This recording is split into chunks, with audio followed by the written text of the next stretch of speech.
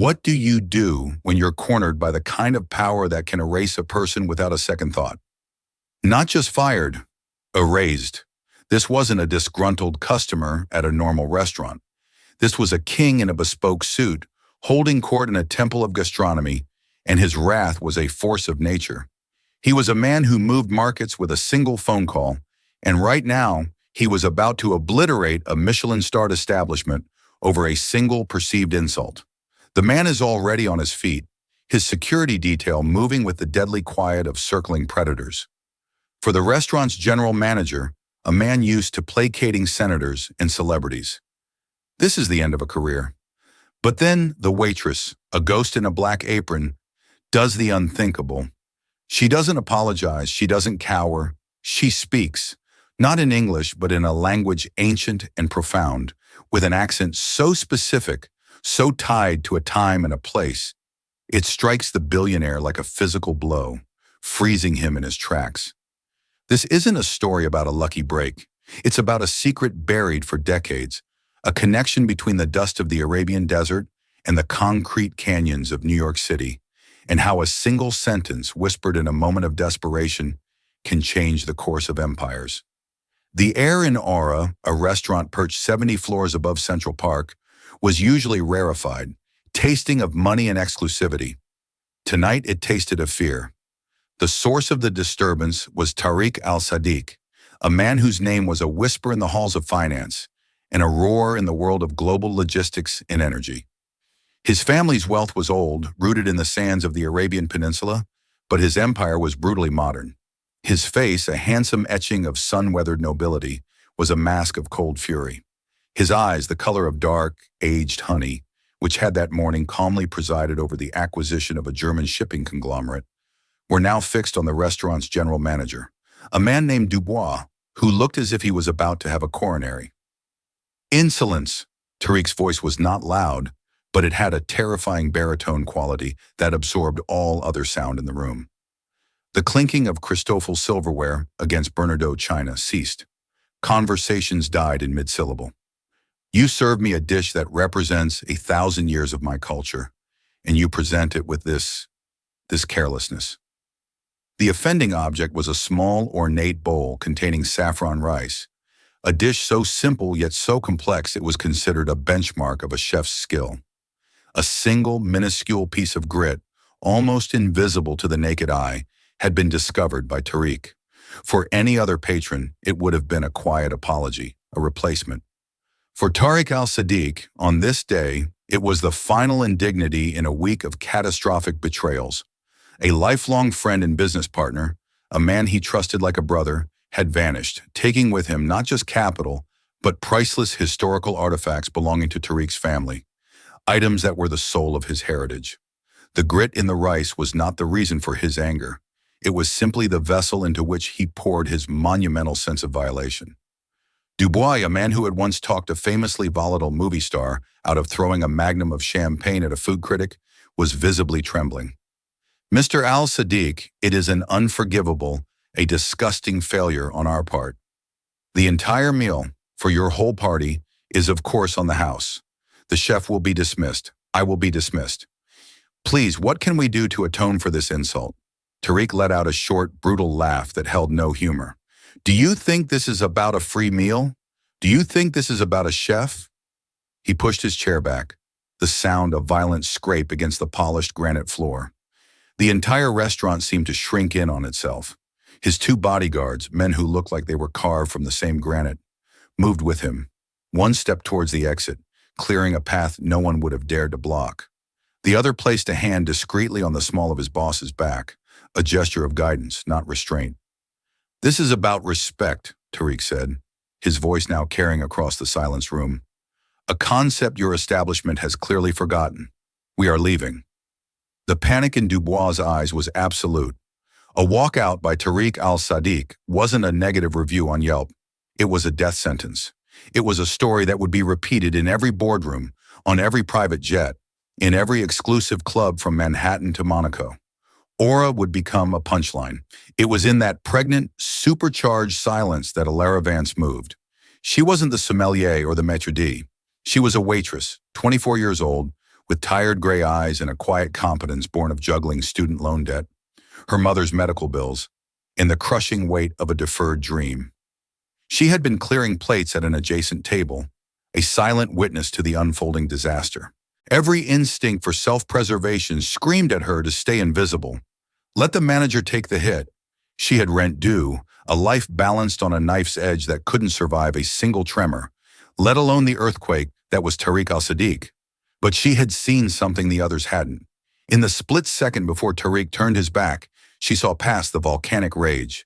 She saw a flicker of profound, soul-deep woundedness in his eyes. It was a look of loss, not just anger. It was a look she recognized, a look she had seen in her own father's eyes years ago. And she knew something else, a secret buried in her own past.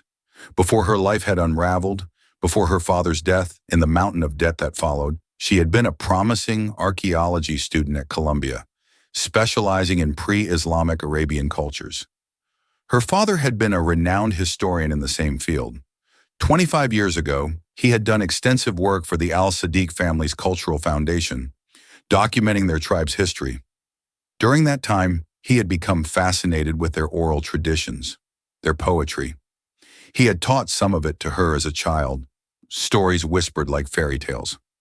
As Tariq turned to leave, his formidable back to the room, Ilara took a small, steadying breath. It was an insane gamble. She stepped forward, past the paralyzed Dubois, into the circle of the billionaire's chilling fury. Her colleagues stared, wide-eyed, certain she was about to commit career suicide in the most spectacular way possible.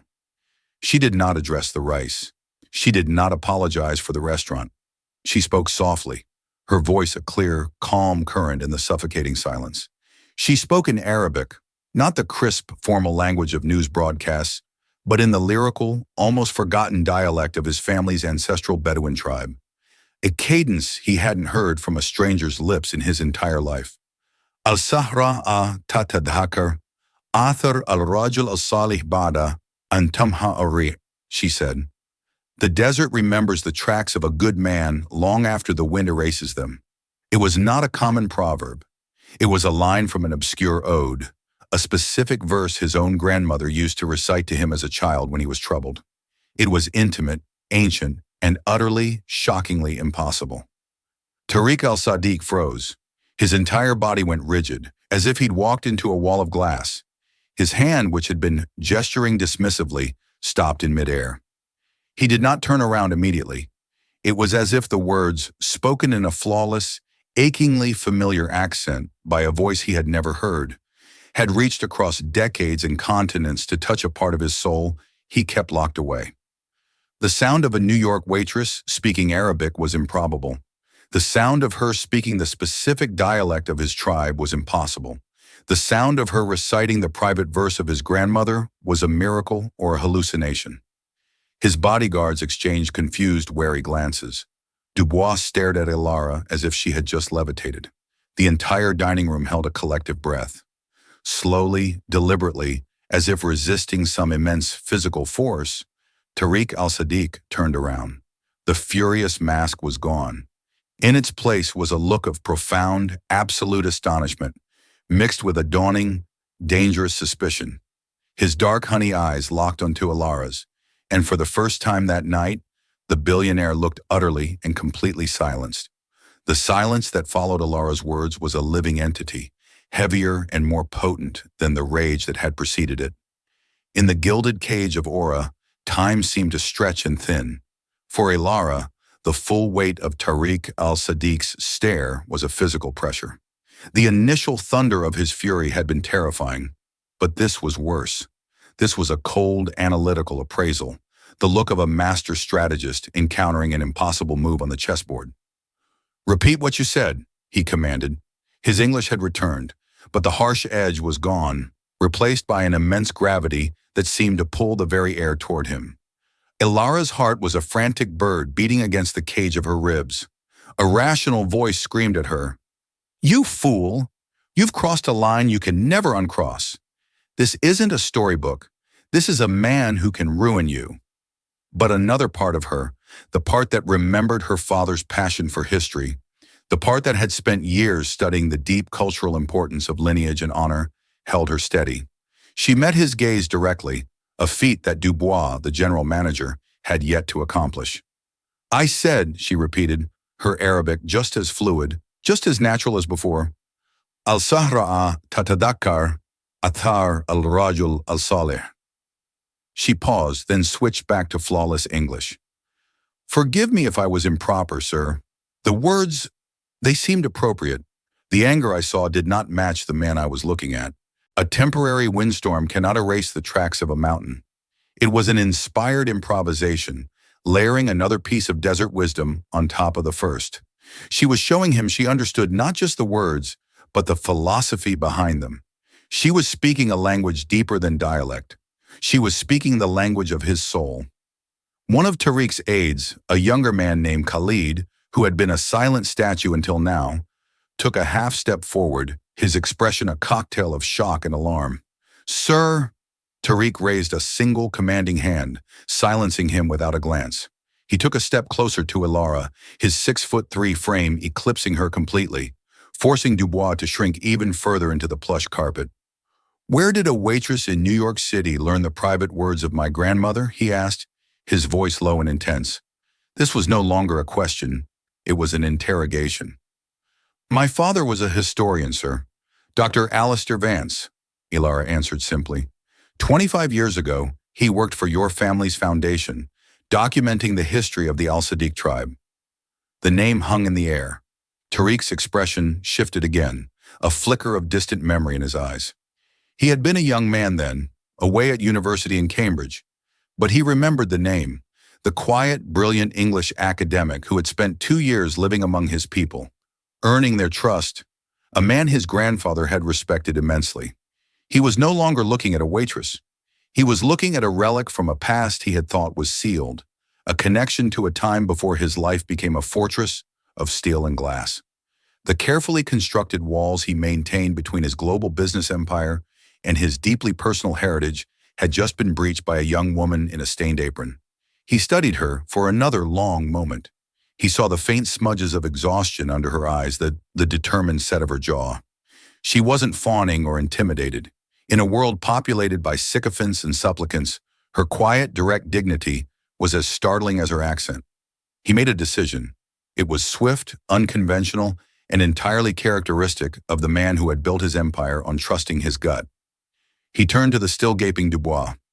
The insult is forgotten, but my evening here is finished. He then looked at his entourage. Khalid, you and the security team wait for me in the car. I wish to speak with this young lady, alone. Khalid's professional composure finally cracked. Sir, is that wise? An order like that was unprecedented. Tariq al-Sadiq did not hold private, unscheduled meetings with restaurant staff.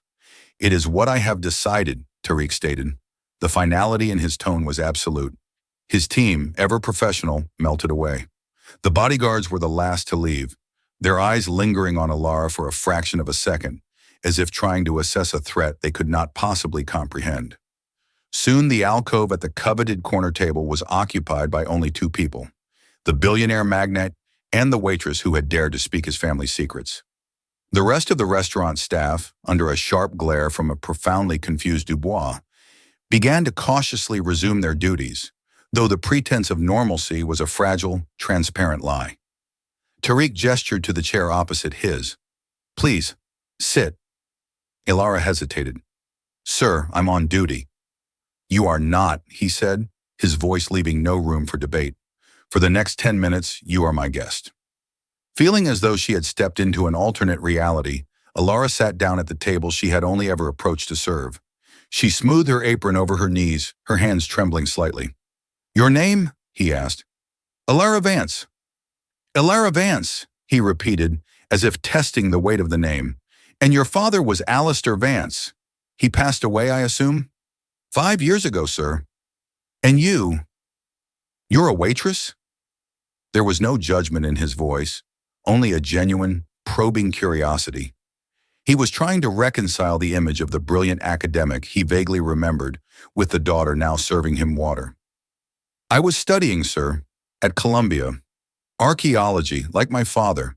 she confessed, the words tasting like ash.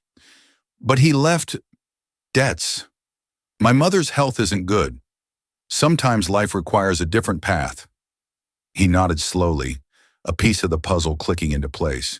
He leaned forward, his voice dropping lower, creating a bubble of intimacy in the cavernous room. Today, I was betrayed. A man I considered a brother, an Englishman named Julian Croft, a curator for the British Museum, has stolen from me. Not money, something far more valuable. He was overseeing the loan of several significant artifacts from my family's private collection for a new exhibit. Priceless pieces of our history. This morning I discovered that the exhibit was a sham. The artifacts are gone, replaced with forgeries. Croft is in the win. Ilara listened, her heart aching with a surprising pang of empathy. The grit in the rice suddenly made perfect sense. It wasn't an insult to his culture. It was a symbol of the fake replacing the real, the worthless masquerading as the priceless. What you did, he continued, his eyes searching her face, was either the most foolish act of your life or the bravest. You saw a lion preparing to charge and you stepped directly into its path. Why? Ilara thought for a moment, choosing her words with the care of an archaeologist brushing dust from a fragile relic. Because the lion wasn't angry at the restaurant, sir. It was wounded. And the words I learned from my father, they are about honor and remembering who you are, even when the world forgets. A faint, almost imperceptible smile touched Tariq's lips for the first time. It transformed his severe face, hinting at a warmth buried deep beneath layers of corporate steel. You presumed correctly, he said. He sat back, a new idea taking root in his mind, an idea born of desperation and instinct. Julian Croft had used his deep understanding of Western academia, museum politics, and international art law to weave a web of deceit that Tariq's own team of world-class lawyers couldn't unpick. He had been outmaneuvered not by force, but by nuance and cultural subterfuge. Perhaps he thought the only way to fight it was with a similar weapon. He needed a bridge, a translator not of language, but of worlds. Someone who understood both the sanctity of a Bedouin ode and the cold machinations of Western institutions. Miss Vance, he began, his tone shifting from personal to professional with breathtaking speed. This job you have, waiting tables, is it your life's ambition? No, sir. It's a necessity. I see. Tariq's eyes held a sudden, sharp glint of opportunity.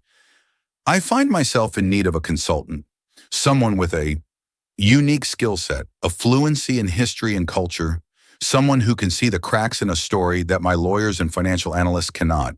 The work would be demanding. The stakes are, as you can now appreciate, immense. But the compensation would ensure that neither you nor your mother would ever have to worry about a bill again. Ilara stared at him, her mind struggling to process the whiplash of the last 10 minutes. A job offer? From this man? It was madness. Sir, I don't understand. I'm a waitress. I dropped out of my degree.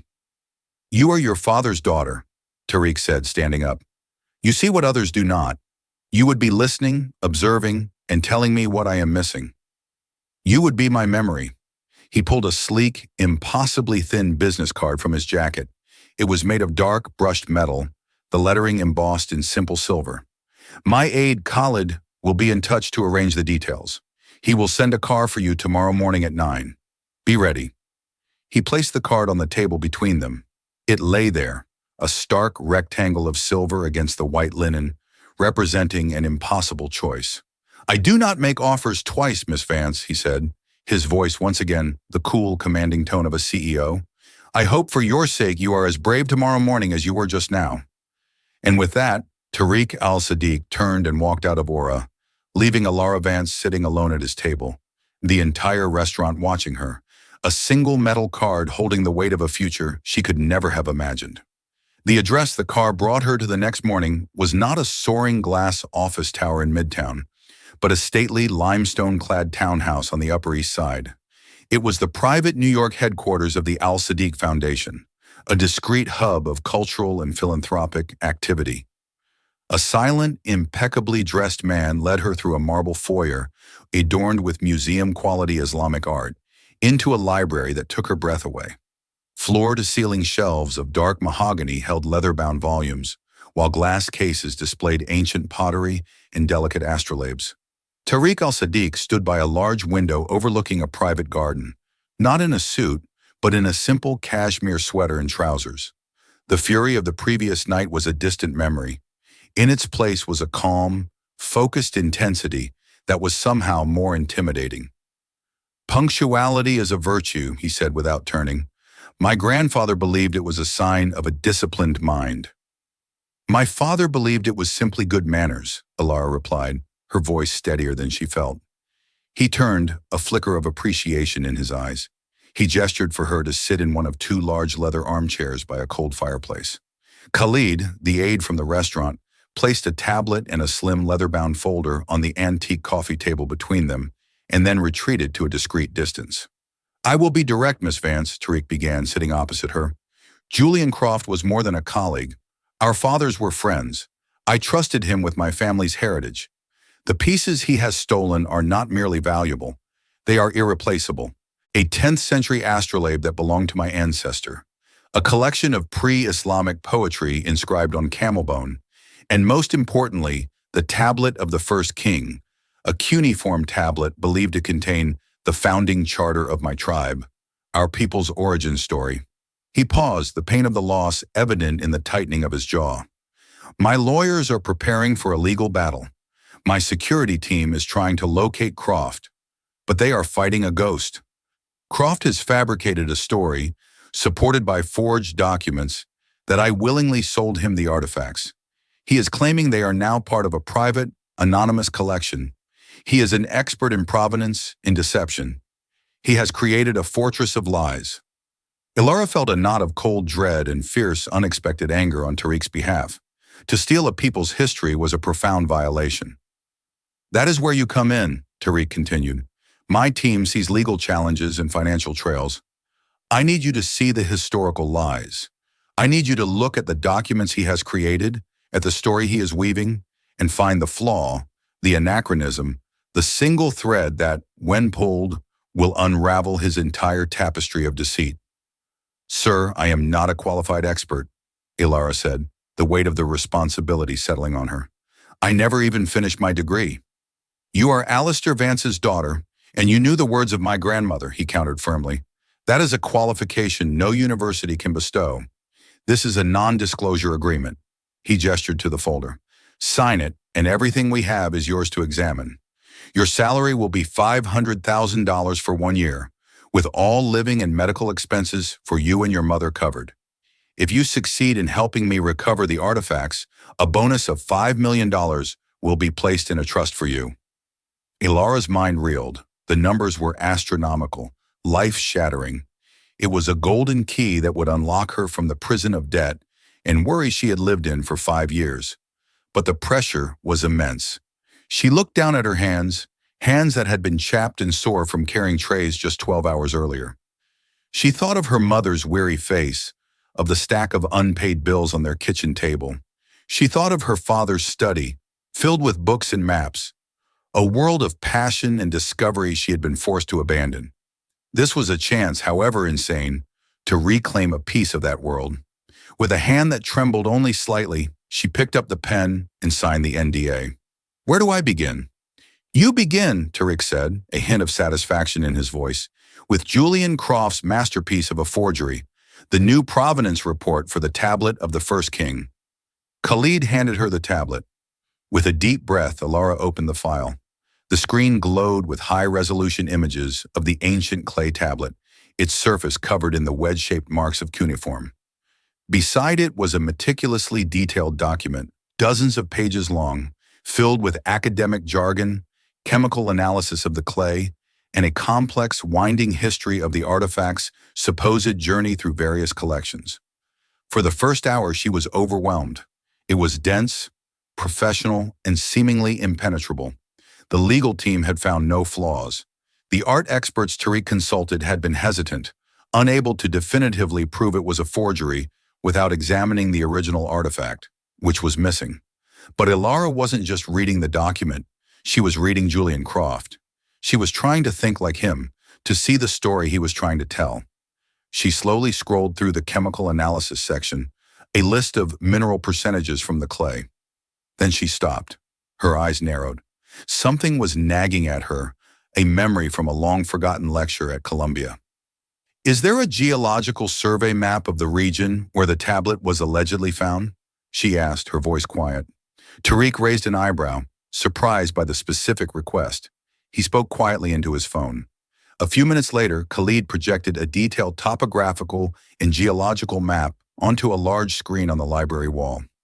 Ilara stood and walked to the screen, tracing the supposed find site with her finger. She cross-referenced it with the mineral percentages listed in Croft's report. "There," she whispered, her finger tapping a specific mineral. "Limonite. Croft's analysis says the clay contains trace amounts of limonite." She turned to face Tariq. "According to this geological survey, and every text I ever read on the region, the clay beds in that specific wadi are famously devoid of iron oxides like limonite. There is none, not even trace amounts. To find it in the clay of the tablet would be like finding a penguin in the Sahara." A deep silence filled the library. Tariq and Khalid stared at her, then at the map, then back at her. It was a tiny detail, a single data point in a sea of information. His own multi-million-dollar team of experts had missed it. It was a mistake an arrogant man would make, a detail too obscure for anyone but a specialist to notice.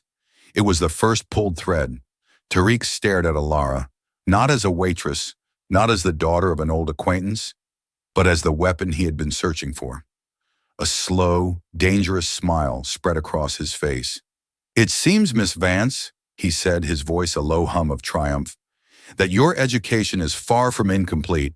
Now let's go hunting." The library in the townhouse became Ilara's world. Days blurred into nights, fueled by endless cups of strong coffee and a rediscovered passion that burned away her exhaustion. She was no longer just Ilara Vance, the waitress. She was a detective, and her crime scene was 1,000 years of history. Tariq gave her complete autonomy, and his team, after witnessing her discovery of the limonite discrepancy, treated her with a newfound grudging respect. She lived and breathed the life of Julian Croft, poring over every piece of correspondence he had ever exchanged with the Al-Sadiq Foundation, every article he had published, every lecture he had given. She was building a psychological profile of the man, searching for his intellectual vanities, his blind spots. Her father had taught her that to understand an artifact, you must first understand the man who made it. To expose a fraud, she reasoned, she must first understand the mind of the forger. Tariq worked alongside her, often late into the night. A strange, intense camaraderie developed between them. They were an unlikely pair, the global magnate whose world was the future, and the dropout student whose world was the past. He would speak of boardrooms and stock markets, and she would tell him stories of Sumerian kings and the birth of writing. In these quiet hours, she saw behind the billionaire's formidable facade. She saw a man burdened by legacy, driven by a profound sense of duty to his ancestors. "These objects," he told her one evening, gesturing to the empty space on a shelf where the 10th century astrolabe used to sit, "they are our compass. They tell us where we have come from, so we do not get lost in where we are going. To Croft, they are assets. To me, they are my grandfather's hands, my great-grandfather's voice. To lose them is to lose a part of myself." His vulnerability solidified Ilara's resolve. This was no longer just a job. It was a crusade. Her next breakthrough came from an unexpected source, her own father's journals. Khalid had managed to retrieve them from the storage unit, where Ilara had packed away the remnants of her old life. She spent 2 days reading through Alistair Vance's meticulous, handwritten notes from his time with the Al-Sadiq tribe. And then she found it, a detailed entry about the tablet of the first king. Her father had been one of the few Western scholars to ever study it in person. He described the tablet in loving detail, but he noted one peculiar feature, a tiny, almost invisible maker's mark on the bottom edge, a small crescent moon, the signature of a specific royal scribe whose work he had identified in other Mesopotamian artifacts. Ilara's blood ran cold. She pulled up the high-resolution photos Julian Croft had provided. She zoomed in, pixel by pixel, on the bottom edge of the tablet in the photos. There was no mark. Croft, in his arrogance, had created a near-perfect physical replica. But he had replicated the tablet as it was known to the world through published papers and academic descriptions, none of which had ever mentioned the tiny, obscure scribe's Mar. The discovery was not a thunderclap but a whisper, a ghost of a memory materializing in the quiet of the library.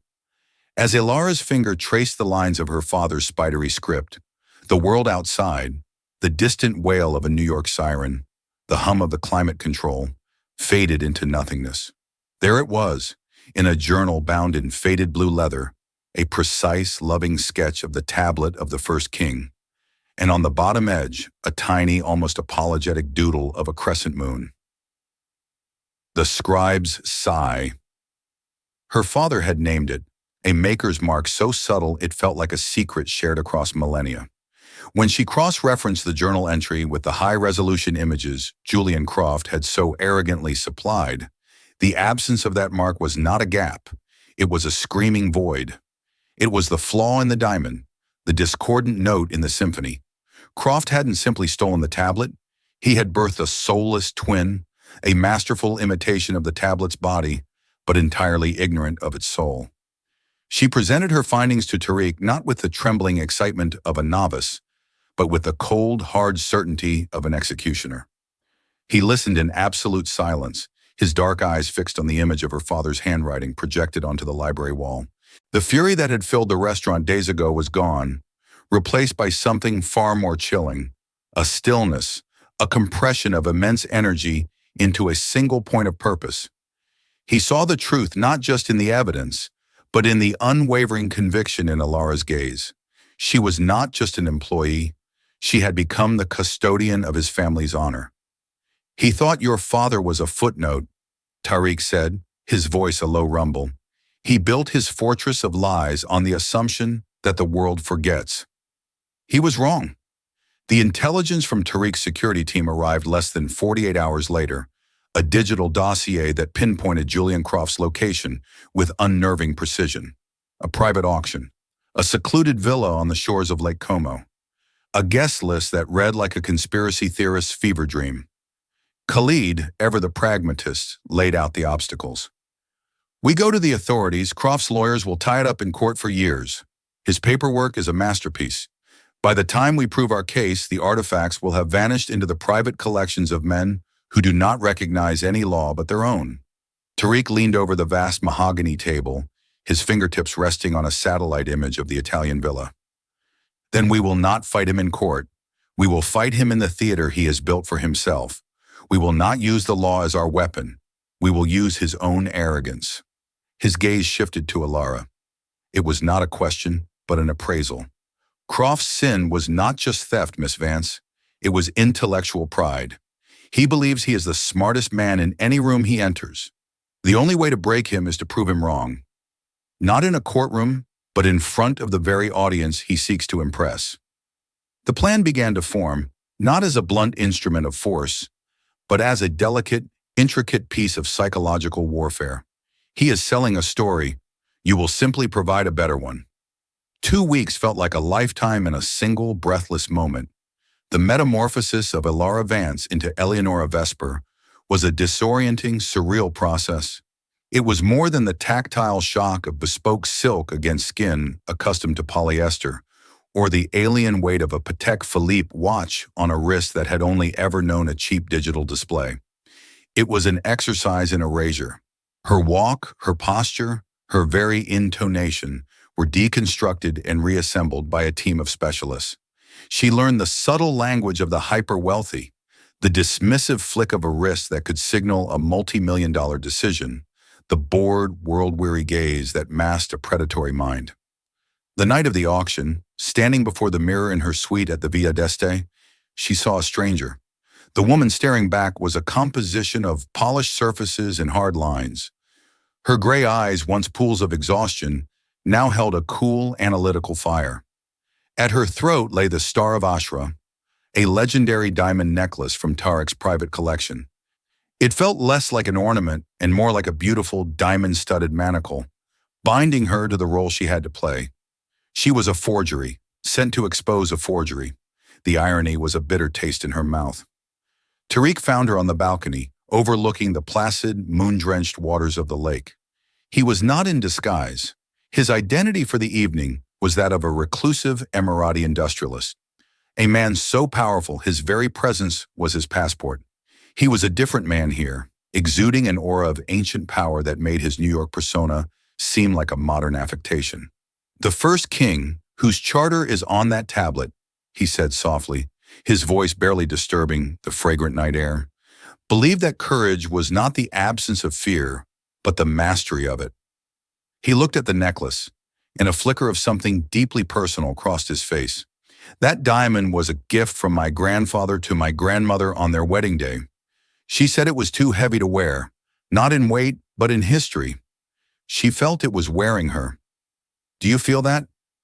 "I feel," Alara confessed, her voice a near whisper, "like I am about to fall from a great height." "You will not fall," Tariq assured her, his gaze steady and absolute. "You are not impersonating someone else, Alara. You are simply showing him a part of yourself that you had forgotten existed. The scholar, the historian, the daughter of Alistair Vance. That woman is more real than anyone in that room. Remember that." The auction was a symphony of calculated avarice. Laughter as light and brittle as spun sugar floated over the clinking of crystal glasses. Julian Croft moved through the throng like a high priest in a temple of his own design, radiating charm and erudition. When he greeted Eleonora Vesper, his eyes swept over her with the practiced appraisal of a connoisseur examining a piece of art. He saw the gown, the watch, the diamond. He saw the price tag, not the person. "A distinct pleasure, Ms. Vesper," he murmured, his smile a work of practiced perfection. "It is a rare thing to encounter a new collector with such refined taste."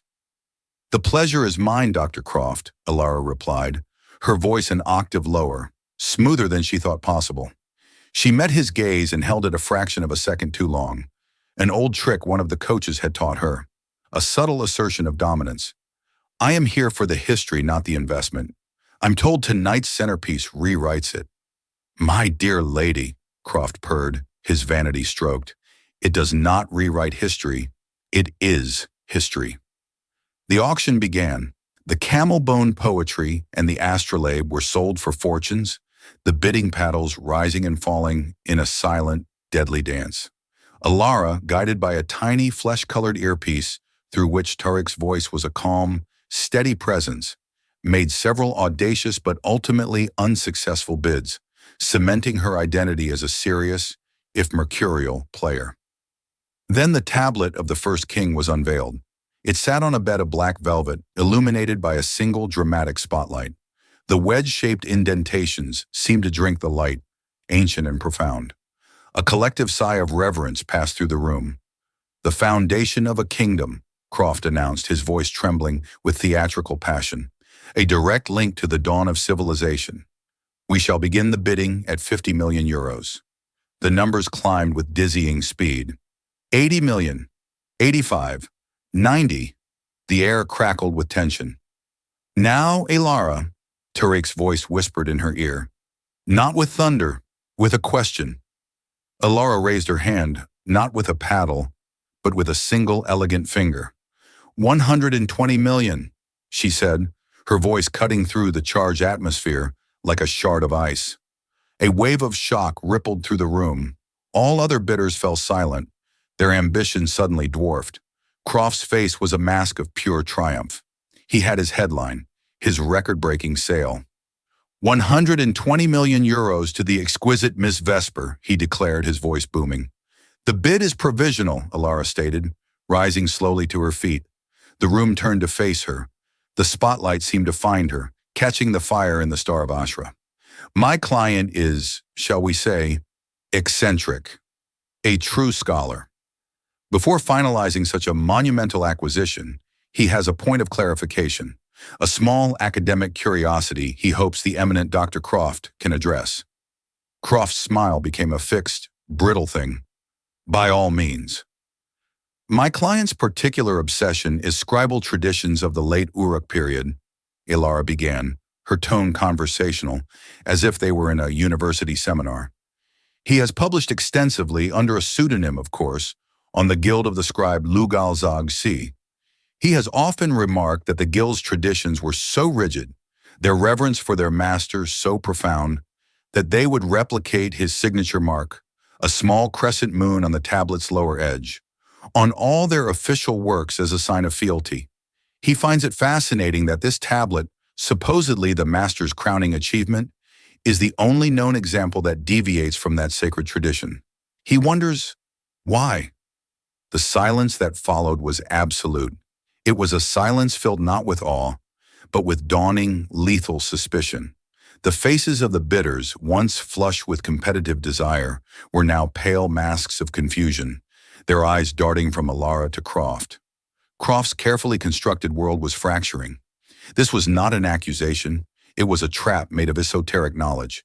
He couldn't see the bars. He could only feel them closing in.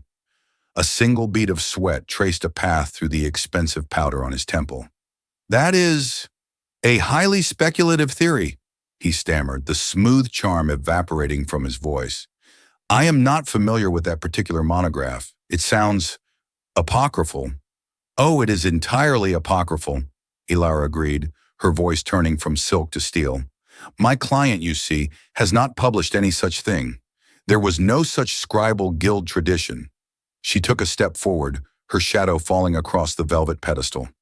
"But there was a scribe, and he did have a mark, a personal signature. Not a guild tradition, a small, humble crescent moon, a fact known perhaps to only one other Western scholar, a man who documented it in his private journals nearly 3 decades ago. A man named Alistair Vance." The name landed in the center of the room like a grenade. Julian Croft's face collapsed. The blood drained from it, leaving behind a waxy gray pallor. He stared at Ilara, but he no longer saw Eleonora Vesper. He saw the face of a ghost, the daughter of the man whose quiet, meticulous work he had dismissed. And in that moment, he understood he was not merely caught. He was annihilated. His legacy, his reputation, his entire life's work, all of it had been undone by a single, forgotten detail. As if on cue, the grand terrace door swung open. It was Tariq. He stood silhouetted against the indigo sky, flanked not by police but by 2 of his own security and a small, severe-looking woman who was the chief legal counsel for the Al-Sadiq Foundation. There was no need for a dramatic arrest. The battle had already been won. "Julian," Tariq said, his voice quiet yet carrying the weight of an empire, "I believe this evening's entertainment is concluded. You and I have a great deal to discuss regarding the logistics of returning my property." In the chaotic aftermath, as fortunes were unraveled and reputations imploded, Ilara slipped back onto the balcony. She unclasped the Star of Ashra, its weight vanishing from her neck. The cold diamonds felt inert in her palm. The performance was over. She was left standing in the silence, the echo of Eleonora Vesper fading within her. She was not that woman, but she was no longer the waitress from Aura either. She was a confluence of both, a new alloy forged in the crucible of the last 2 weeks. Tariq joined her moments later. They stood for a long time without speaking, watching the lights of the small towns twinkle across the dark water. "My grandmother was right," he said finally. "It is a heavy thing to wear." "It's not the history that's heavy," Ilara replied, looking at the gems in her hand. "It's the price, not the monetary value, but the cost of creating something so beautiful. The pressure, the time. I understand that now." The return to New York was not a return to her old life, but an arrival into a new one she had yet to define. The money, a sum that still felt abstract and unreal, was transferred to her account, but it felt like a secondary consequence, an epilogue to the real story. The true prize was the reclamation of her own future. One crisp autumn afternoon, she met Tariq not in the limestone townhouse, but in a small, dusty office in the archives of Columbia University's history department. He had arranged for her not only to be re-enrolled, but to be granted a research fellowship under the foundation's sponsorship. He did not offer her a directorship. He offered her something far more profound. "The foundation is creating a new initiative," he began, leaning against a towering shelf of forgotten doctoral theses. A small, agile team. We won't be battling villains in Italian villas. We will be working with museums, governments, and private collectors to digitize and repatriate artifacts through diplomacy and scholarship, not confrontation. We will be building bridges, not burning them. It will be slow, patient work. It will be your father's work, but on a global scale. It will need a lead researcher, someone to guide its conscience to ensure its mission remains pure.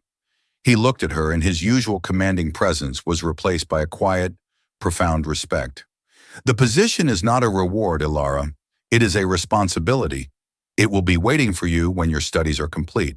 Until then, your only duty is to become the scholar your father always knew you were. Tears welled in Ilara's eyes, hot and sudden. It was not a job offer. It was a restoration. It was the ultimate act of faith, a validation not of what she had done, but of who she was. Months later, Ilara sat in the hushed quiet of the university's rare manuscript library. Before her lay not a photograph, but a real cuneiform tablet from the university's collection. She gently touched its rough, time-worn surface, feeling the indentations made by a human hand 4,000 years ago. She was no longer a ghost haunting the edges of her own life. Her partnership with Tariq was a quiet, steady thing, a meeting of two minds dedicated to the preservation of stories. She had learned that a person, like an artifact, could have a false provenance placed upon them. Waitress, dropout, debtor. But one's true history, the essential signature of the soul, could never be truly erased. Her father had once written that the desert remembers the tracks of a good man long after the wind has swept them away. Ilara now understood. The wind was circumstance, the tracks were choice, and she was finally, irrevocably, walking her own path, leaving a trail for the history of the future to find.